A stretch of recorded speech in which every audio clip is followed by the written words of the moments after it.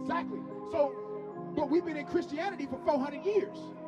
But you've never kept the tabernacle? You've never kept the Passover? That's crazy. So what do? They encourage themselves in an evil manner. These people are evil and diabolical. Your spirit's in a carnal experience. But guess what? Now, you're going to die like the people that you follow. Like this man right here.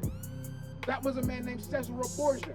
That dude right there is a high-level demon. But they put his face as Christ. But guess what? You know why black people love him? Because he says, do what thou wilt. Do what you want to do. I'm not going to judge you. You good. Smoke that cigarette. Smoke that weed. Hit that chick. You good. You good at me, and you're going to get saved anyway.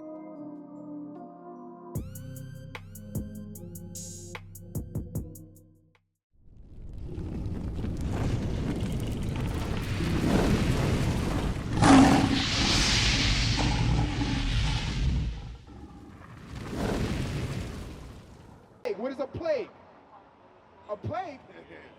A plague is what you see black people living in. This is a plague. Running up on each other, shooting each other down, mental illness, stealing. Everything God says don't do is what we do. Why? Because we are plagued mentally. We're plagued mentally and spiritually. You know why we're plagued mentally and spiritually? You know why? Because we get high, and the Spirit of God has to depart from us. So now what comes in? Lower spirits come in. Now we get our minds tripped. Our minds get messed up. So guess what? What happened with DMX? Can you move down a little bit? Can you move down a little bit? So what happened to DMX? He got very sick, but what started it? He started smoking crack. Why did he start smoking crack? Because he was with a partner, and guess what? They were smoking in the car, and then guess what? The partner that he trusted said, "Smoke this." He didn't know it was laced. DMX lost his mind ever since. He was over here pretending to be an FBI agent, pulling people over on the road. He was going crazy before he died. He couldn't stop smoking crack. He never was the same. But what did God do? See, the flesh, we look at the flesh and we don't see no real difference in him. But guess what? He acting weird, but what did God say he'll do?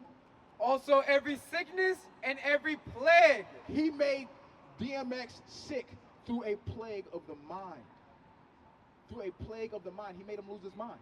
Right. And then guess what? He couldn't rap no more like he used to. He literally sucked the life source out of him. Because God said, when you destroy your body, I'm going to destroy you. From within, I'm going to destroy your soul. Read.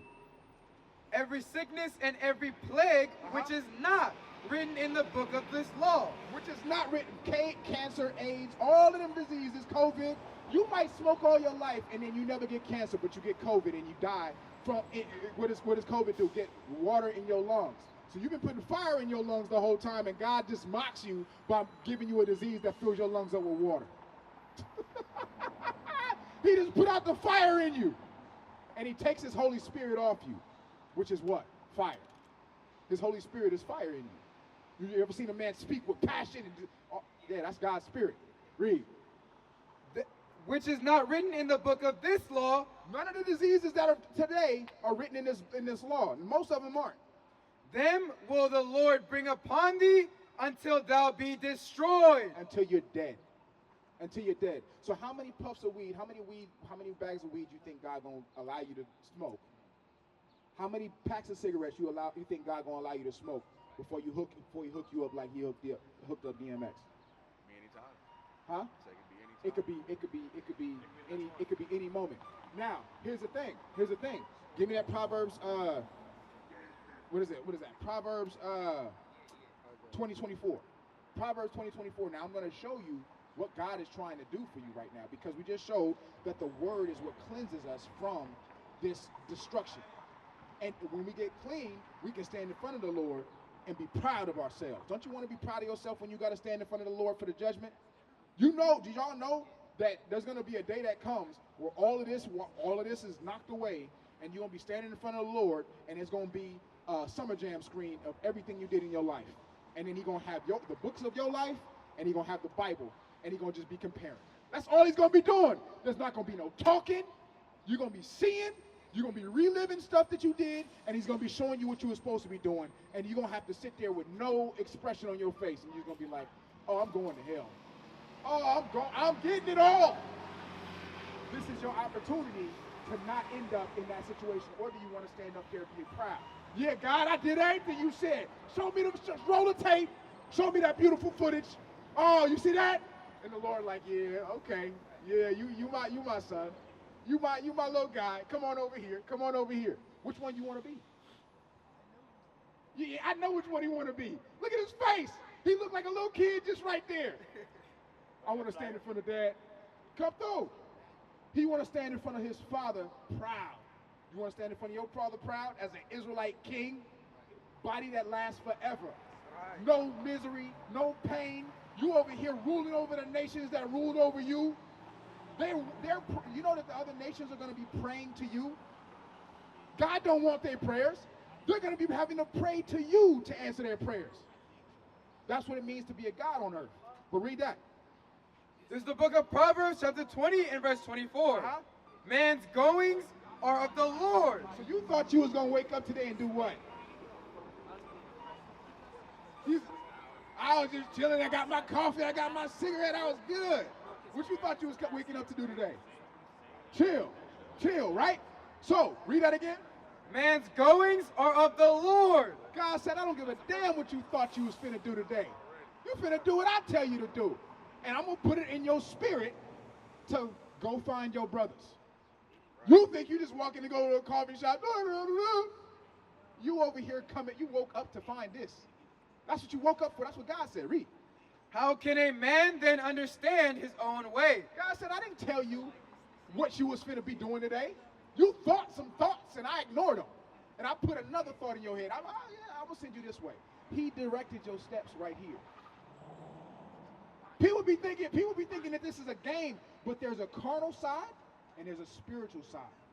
We're tapping you back into your God spiritual side, because what did God say?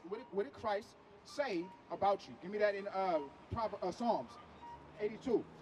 Psalms 82. What did God say about you? What did God say about you that makes you so special? We're going to show you right here. Psalms 82 and verse 6. Read that. The book of Psalms. Psalms 82 and verse 6. We're going to show you that you're not regular. You've been taught that you was a nigga your whole life. You've been taught that, oh, I don't read at the grade level I'm supposed to be at. I don't do math at the grade level I'm supposed to be at. I'm less because I'm not fitting the standards of this carnal world. But God says that you are a king, and he says that you are this. Read. Psalms chapter 82 and verse 6. I have said, ye are gods. What did God say? Ye are gods. Hold on. He said that you're gods. Hold on. Go to one chapter down. Go to 81 and verse 1. Let's find out who he's talking to. Y'all think he's talking about everybody, every race on earth, holding hands? We're all gods, yeah. We put you in slavery, though. Huh? What you think? You think he's talking about every nation? Or you think he's talking about the sons and daughters of the living God? Read that. Psalm chapter 81 and verse 1. Sing aloud unto God, our strength. Make a joyful noise unto the God of Jacob. Why? Because Judah means God's praise. That's what your name is. That's what your tribe is. Your last name is Israel. Did you know that? Your last name is Israel? Did you know that? Yeah, God gave you a name before the white man took it away in slavery. Before the white man did this to you, you had a name. It was Israel. So you saw Roots where it said, where they put Kunta Kinte up on the thing and whooped him and said, your name is Toby now? Teacher Mark. Guess what? That actually happened to you. That's why a lot of us cried when we saw that. It was a spiritual moment for us because it happened. So guess what? He was whipping Toby. I'm whipping Kunta. Why? Why? Your name is Toby now. Why they do that?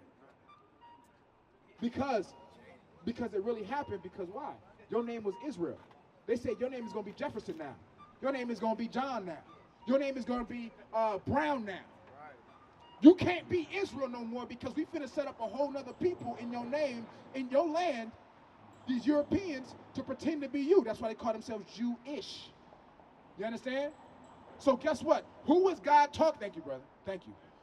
Who was God talking to when he said, you can put it down. Who was God talking to when he said, ye are gods? Read that again. Psalms 81:1. Uh-huh. Sing aloud unto God our strength. Uh-huh. Make a joyful noise unto the God of Jacob. Jacob's name was changed to Israel because he had enough strength to wrestle with an actual angel. And guess what? The angel had to bless him.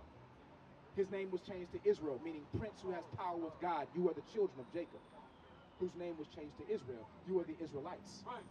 You understand? That's who you are before you got that whip on your back and they broke you. So now what does God say that the Israelites, the children of Jacob, are today, even in their low self-esteem, even in their low estate? What does it say he is? Psalms 82:6. Uh-huh. I have said, ye are God. You're a God. You're a God. You are a God and you are a God. That's what God said. So who we going to believe?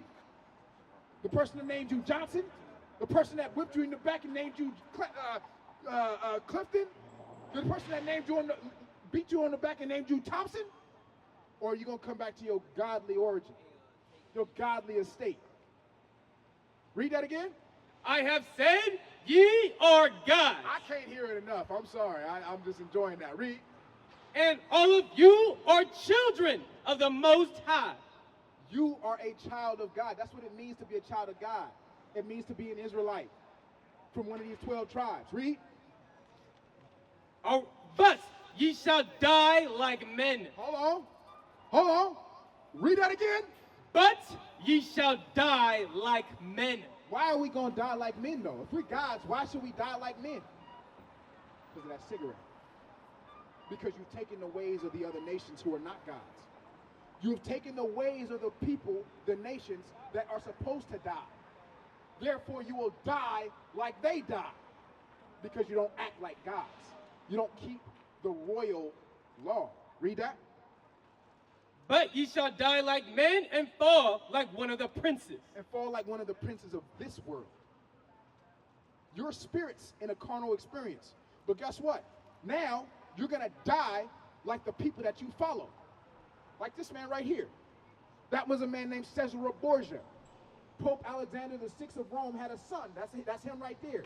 He used to have sex with his sister Lucretia Borgia, and he used to have homosexual sex as well. That dude right there is a high-level demon. But they put his face as Christ. But guess what? You know why black people love him? Because he says, do what thou wilt. Do what you want to do. I'm not going to judge you. You good. Smoke that cigarette. Smoke that weed. Hit that chick. You good. You good at me, and you're going to get saved anyway. But guess what? He's not getting saved. So how somebody that ain't getting saved going to save you? How that's going to happen? Verse 5. Read that. Verse 5. They know not, neither will they understand. They walk on in darkness. So y'all don't know, neither do y'all understand who y'all really are. Throw that cigarette away. What you got that cigarette for still? You know you a God now. Hey, throw it away. What you gonna smoke it for? Are you gonna choose God or are you gonna choose the cigarette? Which one? You know God's gonna, how many times do you think that God gonna allow you to reject him and give him the middle finger by putting that in your body before he do something to you? How many times? Have you had anybody in your family got diseases? Yeah, what kind of diseases they got? Cancer. Cancer and diabetes. So you following the footsteps of those who follow this man, not Christ. You understand? You have to put that down in order to pick up your crown. Period. Read that. Verse 5. They know not, neither will they understand. Because we just read the scriptures, but you still don't understand who you really are. You still don't understand that you're above all of this. All of these little satanic temptations, all these little things that get you down and make you fall off the path. God says you're a God. It means that those demons that are here to persecute you and pull you down the wrong way, you're stronger than all of them. Right. But you don't want to use your strength. The joy of the Lord is your strength. Read. They walk on in darkness. Uh-huh. All the foundations of the earth are out of course. That's how important you are. God says all the foundations of the world are out of course. The wilderness, the animals are suffering. The nature is jacked up. Pollution in the ocean. Why? Because you're not ruling. All the problems of the earth come from you not ruling. You not being in your proper position as the king. Give me that. Give me that in what is that? James 2:8. Because you don't want to apply, put down. Are y'all gonna keep smoking after this? I know it takes time to wean off things. But are you going to start cutting back until you can lean on God and no longer lean on that? Because think about it. Why do you smoke? Why? Why you smoke? Stress. Exactly. You know where the stress comes from? Why you smoke? Stress. Why you smoke? You think I didn't know that? You think I didn't know that we smoke because we hurting inside? We feel like the reason why you feel stressed, you want me to tell you why? Is because you feel separated from God. There's an emptiness inside when you feel separated from your Father. When you're separated from the Creator, you're separated from creation. Therefore, you do things that are going to take you back to creation in the wrong way, meaning death, 6 feet under. That's what it is. You're stressed out about work. God said, don't stress out about that. Just lean on me. I got you. Didn't he tell the disciples? Christ said, follow me. Don't bring no wallet. Don't bring no extra nothing. Just follow me as you are. Everything's going to be taken care of. They was like, I don't know how this going to happen, but guess what? I'm going to follow you. They followed him. He's over here, took one loaf of bread and one fish and turned and fed thousands, fed hundreds. That's the God that created you. But guess what? What did God create you to be? Read that. James chapter 3 and verse 8. If you fulfill the royal law according to the scripture, thou shalt love thy neighbor as thyself. If you fulfill the royal law, you have to fulfill it within your body like Christ did. Christ fulfilled the royal law. That's why he's the King of Kings, right?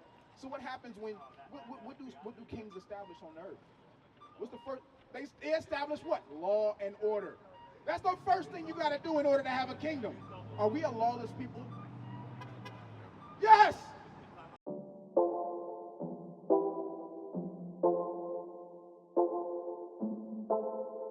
Good vibes in the area. Well, man, I fight from the start. I mean, no carry grudge in the heart. Hatred make you turn from your people. Wise up, I feel be smart. DJ, turn up the lights from the start. Ring tune, pull it up, celebrate cause we no carry grudge in the heart. We no carry grudge in the heart. Everybody feel right. Good vibes in the place. We'll rob a whole store and then dare them to try to stop us because of our food stamps got cut off. So now we're going to show you the royal law and how to keep it. Did you know that there's 4 categories of laws that we're still supposed to be keeping? So there's one law that Christ did away with. What you think that law is? There's one category of law that Christ did away with. Give me that in the Hebrews 10.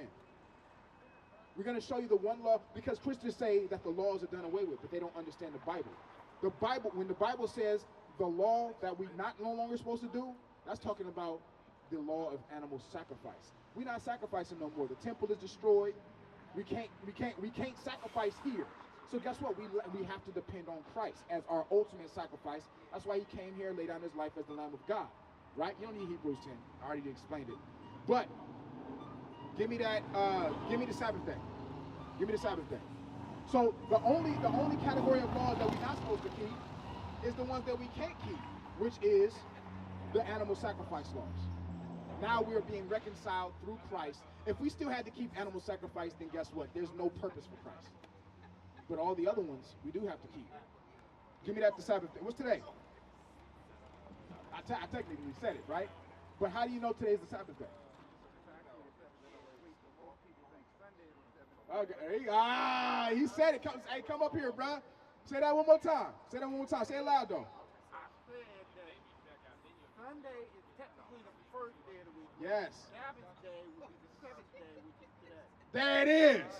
So why are the churches holding the Sabbath day on a different day? Because it's paganism. It's sun worship. Read that. Exodus chapter 20 and verse 8. This is what's going to turn you back into a God and a king on earth. Law and order. Read. Remember the Sabbath day. Why do we have to remember the Sabbath day? Because we forgot the Sabbath day in slavery. Right. That's when these people came. John Smith set up the Baptist religion in 1608. Joseph Smith, 1830. Ellen G. White, 1863. Charles T. Russell, 1872. And Charles Parham, 1901. Where were we? Where were black people in those times? Were we free or were we slaves? We wasn't free in none of them times. Because I know what you mean. After slavery, chattel slavery, they quote unquote let us free, and then they put Jim Crow laws, black codes, all that. You ain't free if Ku Klux Klan could come up on your lawn and put a cross on you, and then kill you. How you free? What's the difference between slavery and that? It's the illusion of inclusion, right? So guess what? God said we have to remember the Sabbath day. It's not just saying remember the Sabbath day. It's saying remember all my laws, because that's what modern Christianity has taught us to separate from. All of God's laws. Read. Remember the Sabbath day to keep it holy. How do you keep the Sabbath day holy? Holy means separate. This is how you keep it holy. Read. Verse 9. 6 days shalt thou labor and do all thy work, but the seventh day is the Sabbath of the Lord thy God. So, this is how you keep it holy. You do all your work. You buy, sell, cook, work, all that stuff on all the 6 days. So what's the first day of the week? Sunday is the first day of the week on the calendar. You see S first, right? So Sunday, Monday, Tuesday, Wednesday, Thursday, Friday, Saturday is the seventh day of the week. Sabado, 7. Read. 6 days shalt thou labor and do all thy work, but the seventh day is the Sabbath of the Lord thy God. The seventh day is the Sabbath of the Lord thy God. Saturday, like that brother just said. So why is every church still today celebrating the Sabbath day on the wrong day? It's intentional. It's what we learned in slavery, and it's what it represents the fact that you're still enslaved to this white man, this white Jesus right here. White Jesus taught us to celebrate the Sabbath day on the wrong day. Because guess what? Here's the trick. When it comes to the Israelites, the other nations, they understand something. Give me that in Psalm 64, in verse 4. Psalm 64. We're going to show you that everything the way it has been and the way it is to keep you from knowing who you are. Read that. Psalm chapter 64 and verse 4. That they may shoot in secret at the perfect. Suddenly do they shoot at him and fear not. They encourage themselves in an evil manner. So how do they encourage themselves in an evil manner? How does the white man encourage himself in an evil manner? He takes all the holidays in the Bible and he says, we're not going to have them do any of that. When the last time you celebrated a Passover? When the last time you celebrated a Passover? A tabernacle. Exactly. So, but we've been in Christianity for 400 years. But you've never kept the tabernacle? You've never kept the Passover? That's crazy. So what do? They encourage themselves in an evil manner. These people are evil and diabolical. They said that what we're going to do is we're going to read them the Bible. We're not going to allow them to read in slavery, because then they're going to be able to see that we're a damn lie. The Bible is true and we're the devil, we're the lie. So if we catch them reading reading the Bible, we're going to kill them in front of everybody. It's going to be gruesome, right? But guess what we're going to do?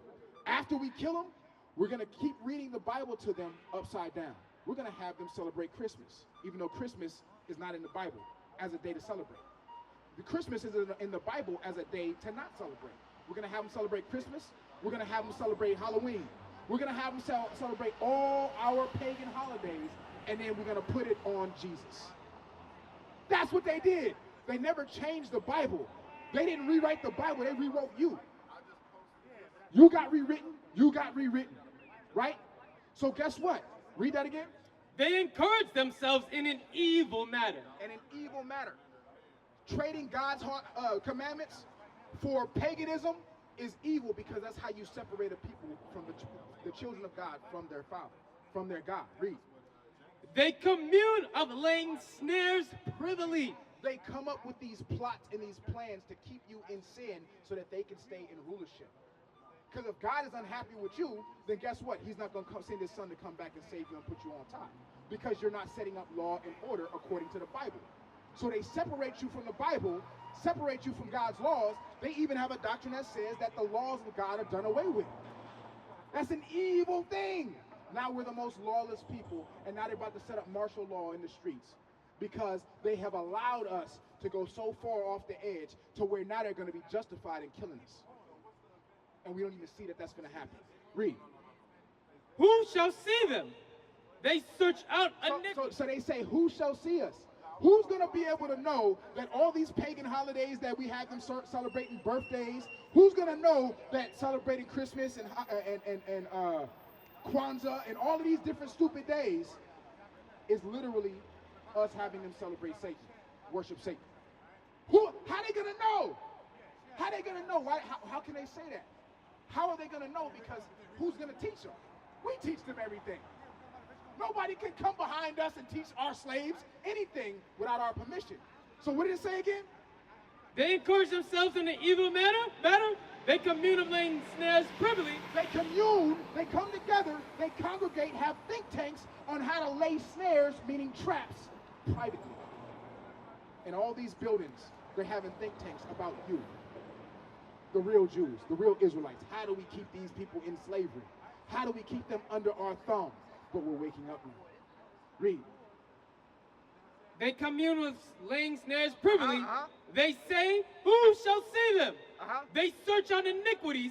They accomplish a diligent search. They search out sin. And they accomplish a diligent search. They search out, okay, God says that the Israelites are supposed to keep the commandments on Saturday, sundown to sundown. We're going to make them celebrate sun worship on Sunday. Okay, the commandments say they're not supposed to eat pork, shrimp, crab, or lobster. They're not supposed to eat those things. Those things will clean the ocean. Those are the trash cans of the ocean. They're supposed to eat the reason why the Bay Bridge is green is because they took all of the dang things out of the ocean that's supposed to clean it. We're going to feed them that and make them think it's a delicacy. We're going to make them eat pork. We're going to force them to eat pork in slavery. And then they're going to hold that on as a tradition. We're going to go ahead and make them dishonor marriage. We're going to put the woman above the man and keep the households out of order so that they can't marry each other. The men will never want to marry a woman that's going to lord over him. It affects his manhood, right? All of these things that God said that they search out sin. And they lay traps for you without you even knowing it's a trap. You understand? Give me that in Isaiah 42:22. Then we're going to go back to the commandments. Because guess what? I'm showing you the bigger picture of what your enemies have been doing to you for the last 400, 500 years. So now what we got to do when we know the trap? We move out the way of the trap. We got rhythm for a reason. We can dance around the trap now. You know what I'm saying? Read.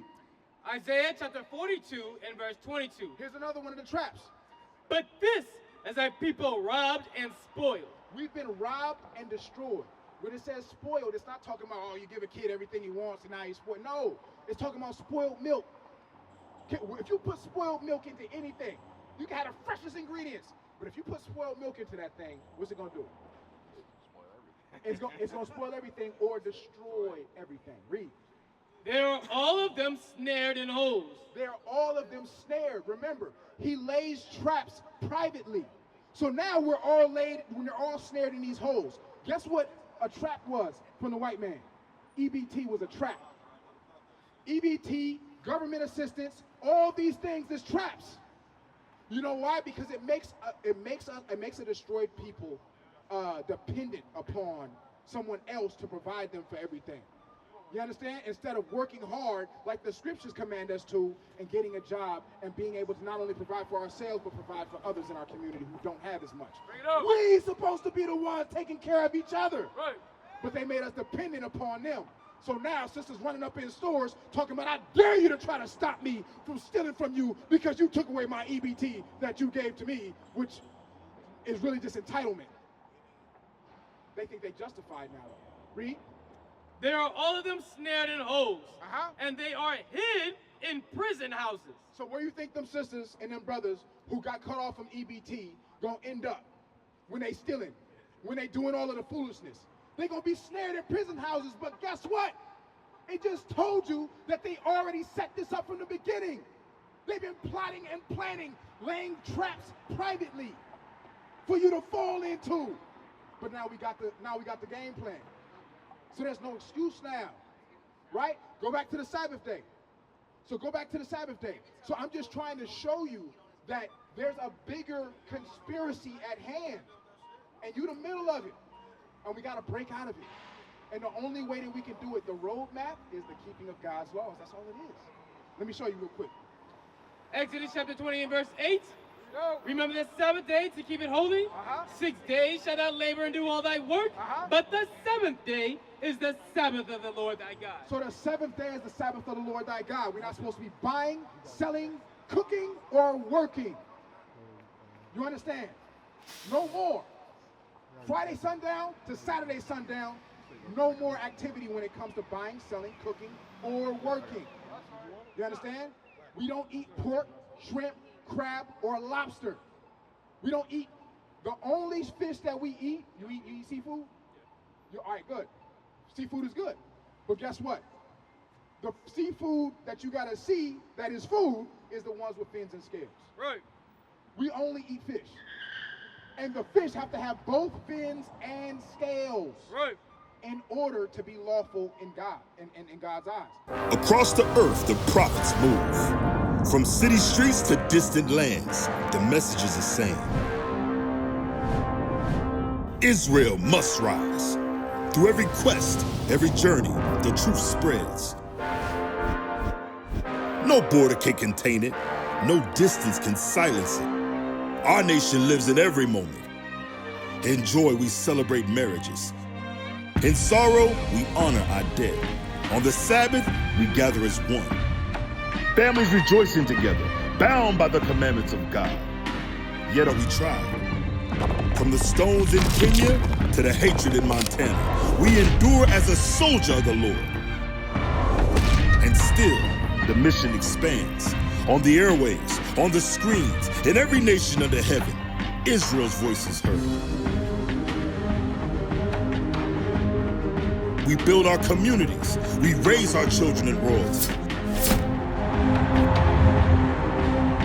We restore what was broken. We clean what was defiled. We show the world who we are.